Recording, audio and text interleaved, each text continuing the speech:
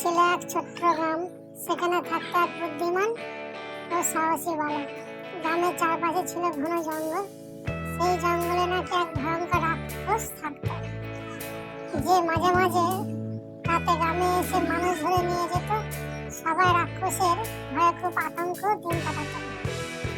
একদিন গ্রামের লোকেরা ঠিক করলো তারা রাক্ষসের ভয়ে আর ভীত হয়ে বাঁচবে না, কিন্তু কেউ সাহস করলো না জঙ্গলে যেতে।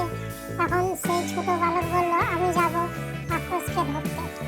সবাই অবাক হয়ে গেল, তুই এত ছোট, তুই কিভাবে রাক্ষসের সঙ্গে লড়বি? গ্রামের লোকেরা বলল, বালক, রাক্ষস শক্তিশালী কিন্তু আমি বুদ্ধিমান।